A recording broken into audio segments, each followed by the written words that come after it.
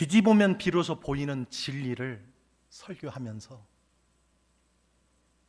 세상 사람들이 알지 못하는 진리가 여기 있구나, 예수 믿는 사람들만 알고 믿고 깨달을 수 있는 진리가 여기 있구나라고 하는 것을 생각해 보게 됩니다. 이 진리만 제대로 알았더라면, 이 진리만 제대로 배웠더라면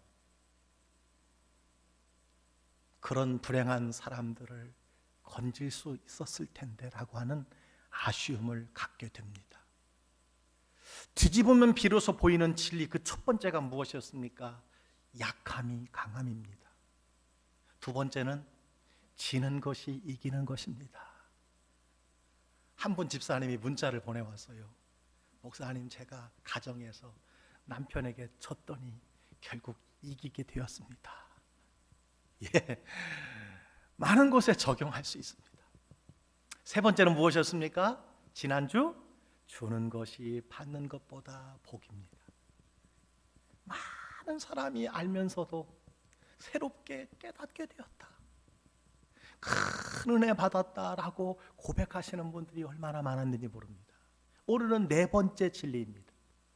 고난이 유익입니다 라는 말씀이에요. 가장 어려운 진리예요. 그야말로 역설입니다. 아마 제가 믿기는 여러분이 아멘 하는 분이 오늘 거의 없을 것이라고 저는 생각하고 말씀을 준비합니다. 왜냐하면 그래도 진리이기 때문이죠. 여러분, 에델바이스라는 꽃을 아십니까? 고산지대에서 자라는 꽃이지만 이른 봄이나 눈 덮인 추위에서 이 꽃봉오리를 맺는다고 합니다. 난이라는 꽃도요, 따뜻한 곳에 두면 꽃이 피지 않고 서늘한 곳에서 아름다운 꽃을 핀다고 합니다. 고귀한 꽃일수록 역경을 자신의 온상으로 삼고 있다는 증거가 아닐까, 이렇게 생각을 해봅니다. 어느 수제 구두 회사의 광고에 이런 문구가 있었습니다. 고급 구두일수록 많이 두들겨 맞고 손이 많이 갑니다. 많이 두들겨 맞고 손이 많이 가야 고급 수제화 구두가 된다는 거예요. 고난을 통과해야 귀한 구두가 될 수 있다는 것입니다. 여러분, 고난이 무엇입니까? 역설이에요. 뒤집으면 비로소 보이는 것입니다. 위장된 축복이라고 말할 수가 있습니다. 자갈이 없는 시냇물, 여러분, 졸졸졸 노랫소리가 없습니다. 가시 없는 장미가 없습니다. 십자가 없는 부활이 있을 수 없습니다. 고난 없는 영광은 없습니다. 따라서 인생과 고난은 뗄래야 뗄 수 없는 불과분의 관계라고 할 수 있습니다. 사람이 성장하는 방법 중에 하나는 저는 고난이라고 할 수 있다고 생각합니다. 사람들은 그것을 고난이라고 말하고 시험이라고 말하고 십자가라고 말하고 가시라고 말합니다. 일주일 동안 교역자들의 신방을 보고받으면 성도들의 가정에 각종 사고와 어려움과 각종 질병들이 어쩌면 그렇게 많은가 생각하게 됩니다. 목사로 살다 보면 아침에 슬픈 장례식에 가서 울며 조의금을 내고 오후에는 돌잔치, 또 결혼식장에 가서 웃고 축의금을 해야 할 때가 자주 있습니다. 한 번은 봉투가 바뀌어서 결혼식 축의금에 천국의 소망으로 유로를 드립니다, 이 조의금 봉투를 꺼내 드리려고 하다가 크게 실수할 뻔한 적이 있습니다. 여러분, 고난 없는 인생이 없습니다. 따라서 고난 없는 인생을 우리가 바라기보다는 우리는 고난을 어떻게 이길 것인가를 결단하는 것이 중요하다고 생각합니다. 성경은 고난에 대해서 이렇게 말씀하고 있습니다. 욥기 5장 7절, 사람은 고생을 위하여 났으니 불꽃이 위로 날아가는 것 같으니라. 여러분, 불꽃이 아래로 날아가는 거 보셨습니까? 자연스럽게 위로 날아갑니다. 사람이 산다는 것은 고생할 수밖에 없다라는 거예요. 사도행전 14장 22절은 이렇게 말합니다. 우리가 하나님 나라에 들어가려면 많은 환난을 겪어야 할 것이라, 많은 고생을 해야 할 것이다 라고 말씀해 주고 있습니다. 그러나 누구나 고난을 원하는 사람은 한 사람도 없습니다.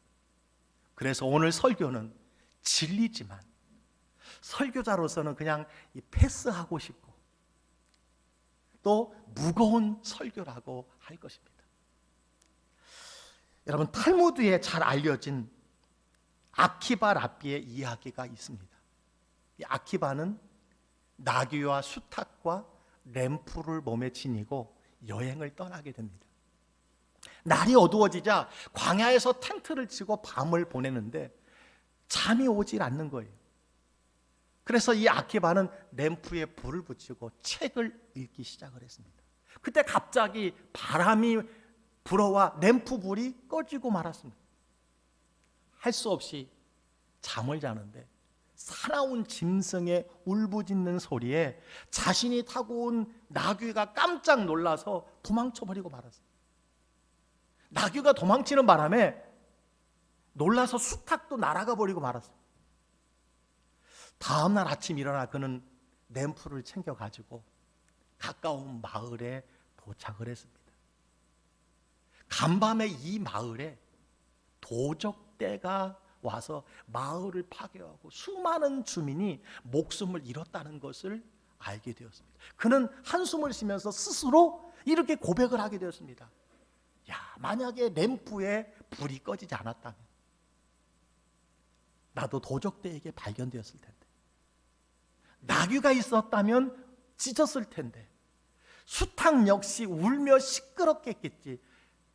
다 잃어버린 덕분에 내가 목숨을 건지게 되었구나.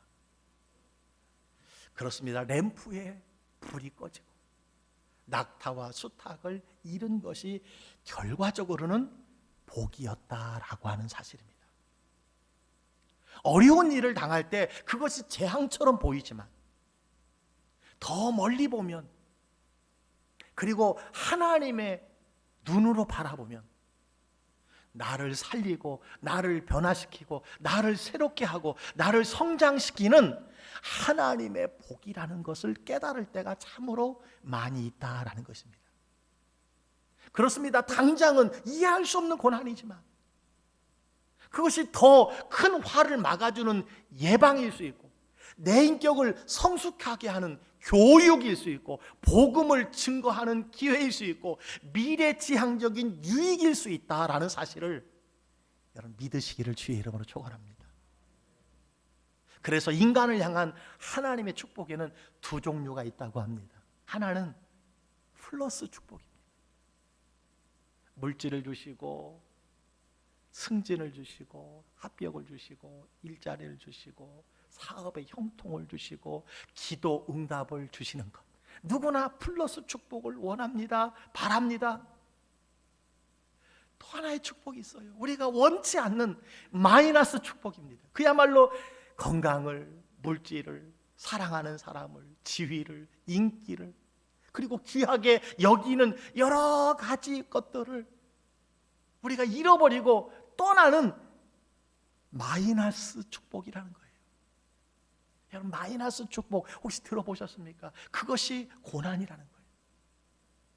일반적으로 사람들은 소중한 것을 잃게 되면 그것이 무슨 축복이냐고 항변을 합니다. 맞습니다. 그러나요, 하나님께서는 몸소 이 마이너스의 아픔을 보여주신 분입니다. 빼기의 아픔을 보여주신 분이에요. 하나님의 본체이신 예수님을 빼내어 인류 구원을 위한 화목제물로 십자가에 주신 분이 하나님이십니다. 그것은 하나님에게 가장 큰 고통스러운 빼기의 마이너스의 고통이었다고 할 수 있습니다. 그러나 독생자를 내어주신 그 고통으로 인하여 구원의 길이 활짝 열렸습니다.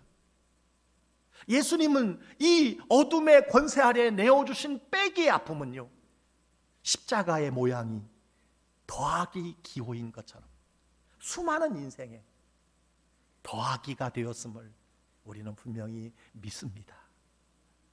오늘 시편 기자는요, 하나님의 경륜과 섭리를 깨달아서 오늘 고백합니다. 뭐라고 고백합니까? 고난 당한 것이 내게 유익이라. 한번 따라해 보시겠습니까? 고난 당하는 것이 내게 유익이라. 그렇습니다. 여러분, 어떤 고난이 찾아와도 오늘 시편 기자의 고백이 여러분의 고백이 되기를 주의 이름으로 간절히 축복합니다. 자, 그렇다면 왜 시편 기자는 이 마이너스 고난이 유익이며 복이라고 간증하는 것일까요? 이유가 있습니다. 첫째는요, 인격을 연단하는 축복의 통로이기 때문이에요. 오늘 69절은 이렇게 말합니다. 교만한 자들이 거짓을 지어 나를 치려하였사오나 나는 전심으로 주의 법도를 지키나이다. 여러분, 농사법에 의하면 보리는 가을에 심고 싹을 틔운 채 겨울을 지나게 됩니다. 날씨가 추워지면 싹이 얼기 때문에 보리싹은 밟아줘야 알곡이 많이 열린다고 합니다. 안쓰럽다고 온실에서 키우면 열매가 연글지 않는다는 거예요. 따라서 위대한 인생을 살아온 사람들은요, 고난과 역경을 이겨낸 사람이라고 할 수 있습니다. 연단되어지는 사람이라는 거예요. 해마다 장마철이 되면 태풍이 찾아옵니다. 우리는 하나님께서 왜 태풍을 보내셔서 우리를 괴롭게 할까 생각하지만, 여러분, 학자들의 의견에 따르면 태풍은 우리 생활에 꼭 필요한 것이라. 태풍이 올 때 바닷물이 뒤집어집니다. 물고기들이 산소를 공급하고 바닷물에 생기를 불어넣는 것이 태풍이라는 거예요.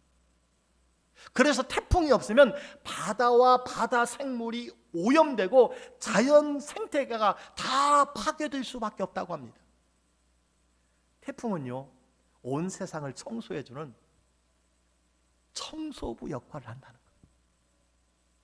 그래서 어떤 과학자는요, 태풍은 하나님의 대청소 작업이다라고 했어요. 하나님께서 고난을 통해서 여러분이 의지하기 쉬운 거짓 신들이 얼마나 많이 있습니까? 물질신, 명예신, 탐욕신. 여러분, 이것을 쫓아낸다는 거예요. 청소하신다는 거예요. 고난은 내 삶에 오랫동안 끊지 못한 나쁜 습관들을 정결케 하는 작업이라는 사실을 여러분 기억해야 합니다. 미국의 수도 워싱턴에 가면 루즈벨트 대통령 기념관이 있습니다. 그는 4선 대통령으로 당선되어 미국을 다스렸던 사람입니다. 이 루즈벨트 대통령의 위대함은요, 4선 대통령이 되었다는 것이 아니라 39살 때 소아마비 장애인이 되는 시점이었다라고 이렇게 이야기합니다. 그는 23년 동안 휠체어와 다른 사람의 손에 의지해서 살아야 했습니다.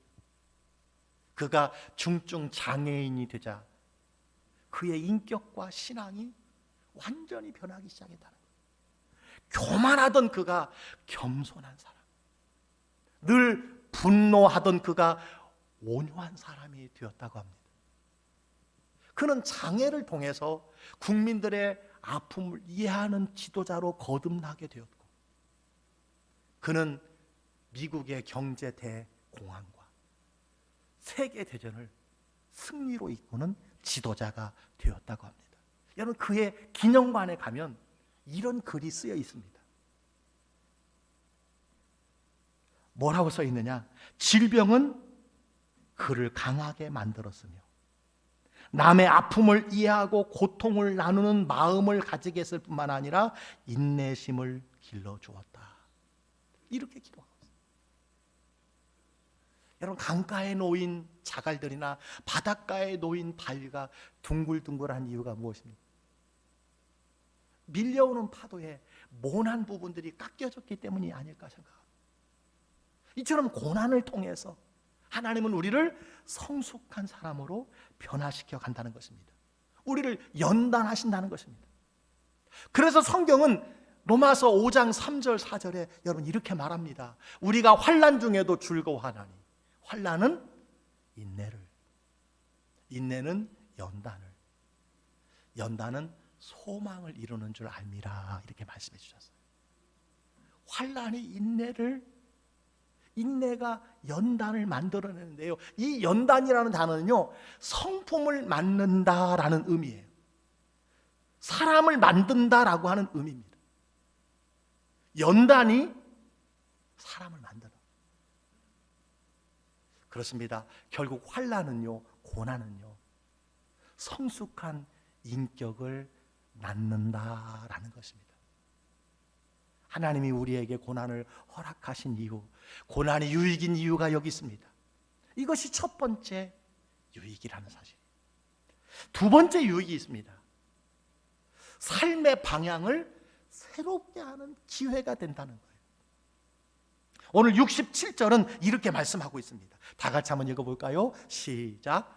고난 당하기 전에는 내가 그릇 행하였더니 이제는 주의 말씀을 지키나이다. 아멘. 고난이 잘못된 인생의 발걸음을 돌이키게 한다는 거예요. 그리고 다시금 하나님의 말씀 앞으로 돌아오게 한다는 거예요. 저는 코로나19에 하나님의 섭리가 분명히 있다고 생각을 합니다. 지구촌을 향해서, 인간을 향해서, 믿는 이를 향해서, 교회를 향해서, 한국교회를 향해서, 믿는 나를 향하여서 하나님이 우리에게 주시는 새로운 기회라고 저는 분명히 믿습니다. 여러분, 인생을 무엇으로 돌이키게 할 수 있을까요? 무엇으로 사람이 가는 길을 바꿔놓을 수 있습니까? 여러분, 고난뿐입니다. 고난이에요. 하나님이 고난을 허락하신 것은 교만을 깨뜨리시고 겸손한 자로 이끄시는 거예요. 왜 교만한가 가만히 보세요. 아직 큰 고난을 만나보지 못했기 때문이에요. 왜 자기 의를 주장할까요? 아직도 큰 고난을 만나보지 아니한 까닭이라는 사실을 여러분 기억하시기 바랍니다. 그렇습니다. 고난은요, 우리의 삶의 방향을 새롭게 한다는 거예요. 구약에 나오는 요나 선지자는요, 니느웨에 가서 회개를 선포하라는 사명을 받았어요. 그러나 원수 나라인 이 니느웨에 가서 자기가 복음을 선포할 때에 그들이 회개하면 원수 나라가 회개하는 것을 꼴보기 싫었어요. 그래서 그는 하나님의 명령을 거스리고 하나님의 낯을 피해서 다시스로 가는 배를 탑니다. 배비창에서 잠을 청하는데 글쎄 풍랑이 불기 시작해요.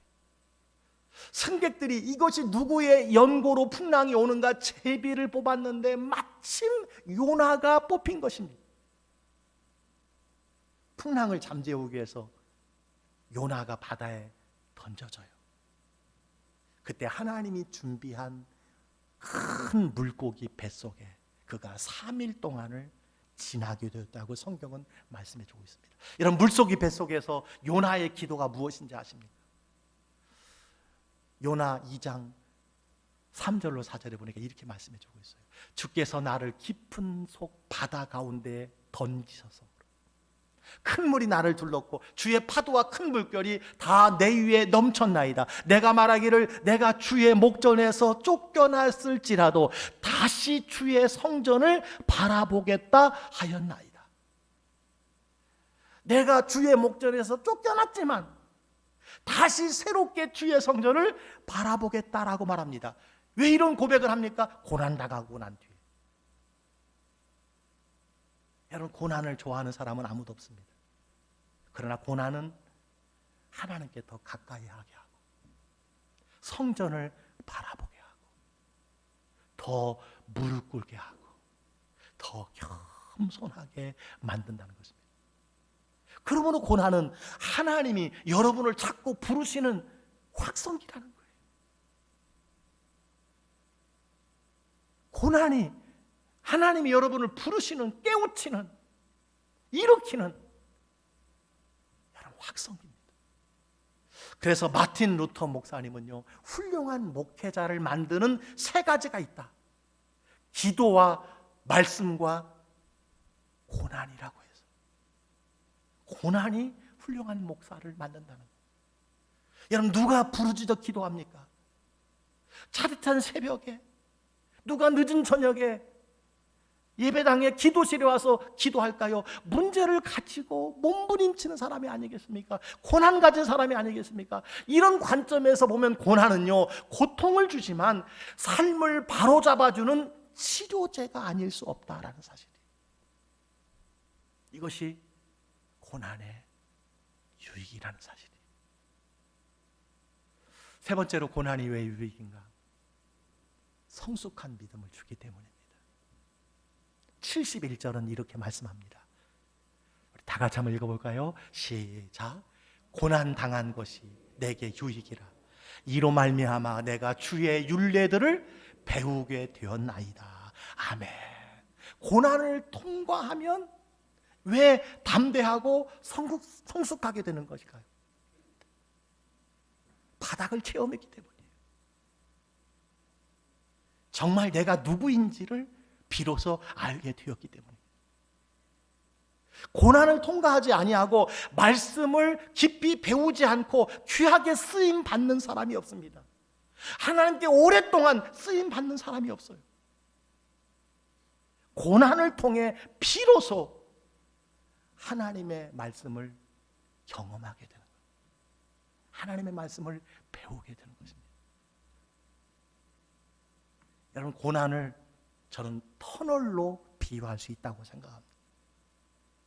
우리가 차를 타고 가면 터널이 많이 있습니다. 짧은 터널, 긴 터널.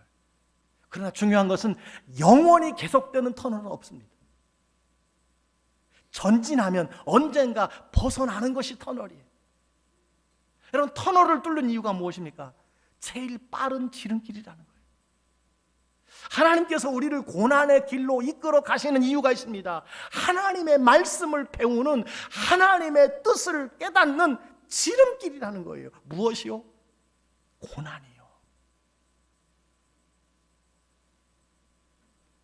다윗은 사울 왕에게 미움을 받아서 얼마나 쫓겨다녔는지 몰라요.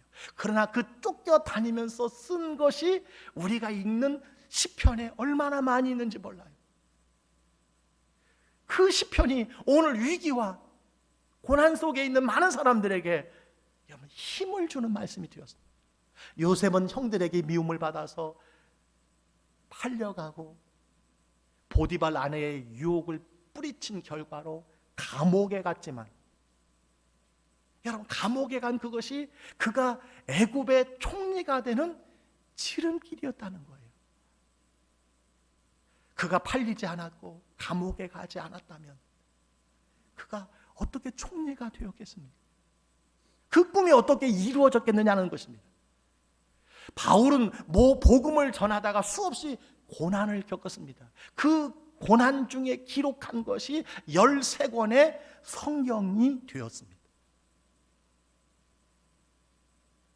사도 요한은 반모섬에 유배를 당한 것이 계시록을 남기는 위대한 인물이 되고 말았습니다. 그렇습니다. 하나님의 자녀들은요, 고난을 통과하여 주의 율례를 배우게 된다는 거예요. 고난을 통과하면서 하나님을 경험하게 된다는 거예요. 성경 속에 지식적인 하나님이 아니라 살아계시는, 시퍼렇게 살아계시는, 역사하시는, 나를 도우시는 나의 아버지인 것을 비로소 배우게 된다는 사실입니다. 그리고 마침내 욥과 같이 고백하게 되는 것입니다. 욥기 23장 10절에 욥의 고백입니다. 내가 가는 길을 그가 아시나니 그가 나를 단련하신 후에는 내가 순금같이 되어 나오리라. 여러분, 이 말 그냥 한 말이 아니에요. 그냥 고백이 아니에요. 그냥 믿음으로 한 선포가 아니에요. 욥의 고난 어떻게 다 설명할 수 있습니까? 눈물 없이는 읽을 수 없는 것이 욥기입니다. 그러나 그가 고백해요. 내가 가는 길을 하나님이 아신다. 그가 나를 단련하신 후에 내가 순금같이 되어 나올 것이다. 옳습니다.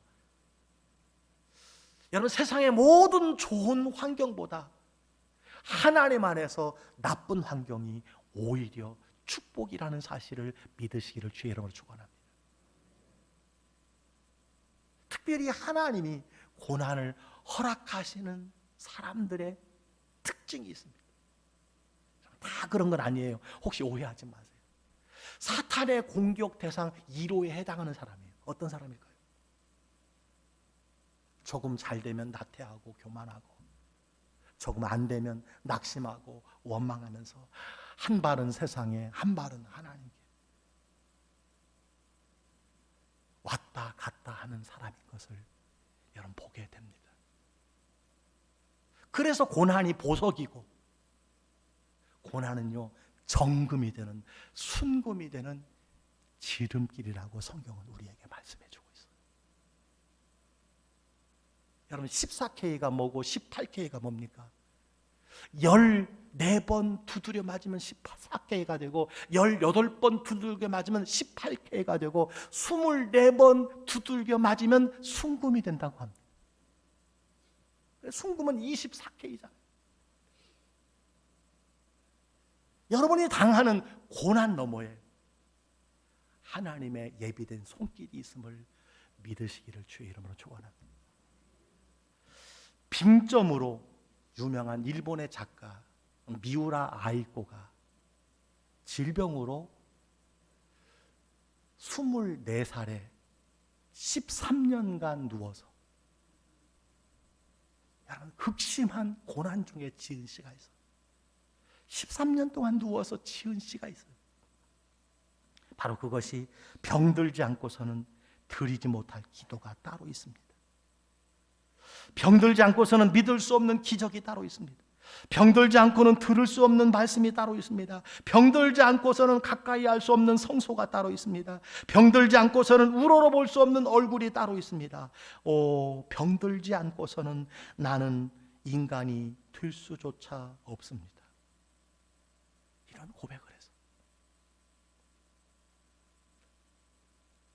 자, 그렇다면 인생의 고난이 유익에 되는 이유가 무엇일까요? 어떻게 이 고난을 유익이 되고 복이 되게 할 수 있을까요? 이 고난에 대해서 어떻게 생각하고 어떻게 반응하느냐에 따라서 아픔이 되고 여러분 유익이 될 수 있다는 것입니다. 우선 소망 중에 인내해야 합니다. 소망 중에 인내하는 거예요.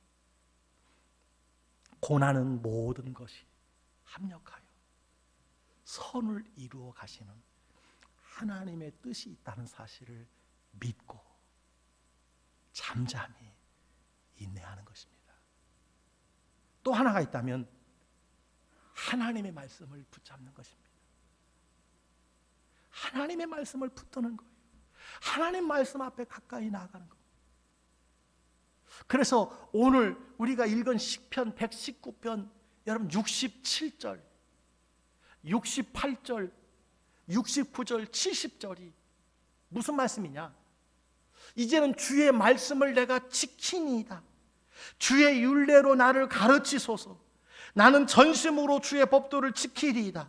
나는 주의 법을 즐거워하나이다.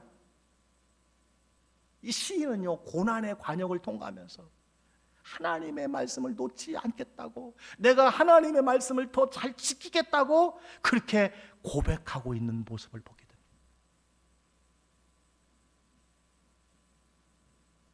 여러분, 고난 앞에서 인내하고 하나님의 말씀을 가까이 해야 한다는 거예요. 이것이 고난이 우리에게 유익이 될 수 있다는 사실입니다. 지금은 고인이 되셨지만 서울신학대학의 기독교 교육의 최고의 교수가 계셨어요. 한국 최고의 교수님이십니다. 이정효 여자 교수님인데 이분이 학교 다닐 때 신학생들에게 강조하신 말씀이 있어요. 너희들 하루에 밥 3끼 먹지?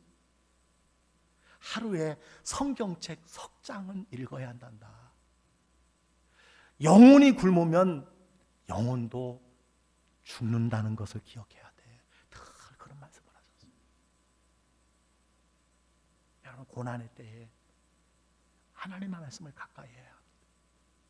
그래서 시편 119편 165절은 이렇게 말씀합니다. 주의 법을 사랑하는 자에게는 큰 평안이 있으니 그들에게 장애물이 없으리이다. 할렐루야. 주의 법을 사랑하는 자에게 장애물이 없으리라 이렇게 말씀해 주고 있어요. 여러분, 인생은 장애물 경기라고 할 수 있는데 장애물이 없는 사람이 어디 있을까요? 그러나 성경은 말씀합니다. 주의 법을 사랑하는 자, 즉 하나님의 말씀을 붙드는 자는 장애물이 없다는 거예요. 여러분, 장애물이 없다는 것은 사실 무슨 말입니까? 믿음은 하나님의 말씀을 들을 때에 생기는 것이기 때문에 믿음으로 장애물을 뛰어넘게 된다는 거예요. 하나님의 말씀을 들으면 들을수록 그 장애물을 뛰어넘게 된다라고 하는 말씀인 줄 믿습니다. 사랑하는 성도 여러분, 고난이 있습니까? 하나님 말씀의 자리로 나오시기를 주의 이름으로 축원합니다. 고난은 하나님의 말씀을 붙잡게 하는 첩경이 된다는 사실이에요. 여러분, 바다를 좋아하시지요? 지난주 교역자 수련회를 강릉으로 갔어요. 여러분, 바닷가 가보고 싶지 않으세요? 바다는 모든 강물이 모이는 곳입니다. 그 강물은요, 맑은 물도 있지만 온갖 오폐수와 흙탕물도 있습니다. 심지어 폭우가 쏟아지면요, 산이나 길에 있던 온갖 쓰레기들이 다 그 바다로 모여듭니다. 바다는요, 그 모든 것을 거절하지 않고 다 받아주기 때문에 바다가 여러분 바다라고 이름을 짓는 거예요. 그리고요, 파랗게 자기 상태를 그대로 유지하고 있기 때문이 아닐까 생각합니다. 사람들이 바다를 좋아하는 이유가 그거 있어요. 포용성입니다. 수용성입니다. 다 받아주기 때문이 아닌가 생각합니다. 사랑하는 성도 여러분, 고난이 있습니까? 여러분의 삶의 고난을 삶의 일부로 받아들이시기를 주의 이름으로 축원합니다. 고난은 하나님의 시각으로 보면 적이 아니고 왼수가 아니고 다만 마이너스 축복이라는 사실입니다. 사랑하는 광주교회 성도 여러분, 고난을 통해서 역사하시는 하나님의 섭리와 그 고난의 유익을 믿으며 낙심하지 말고 더 큰 축복, 더 큰 사명의 길로 한 걸음 한 걸음 전진하시는 여러분들이 다 되시기를 주의 이름으로 간절히 축복합니다.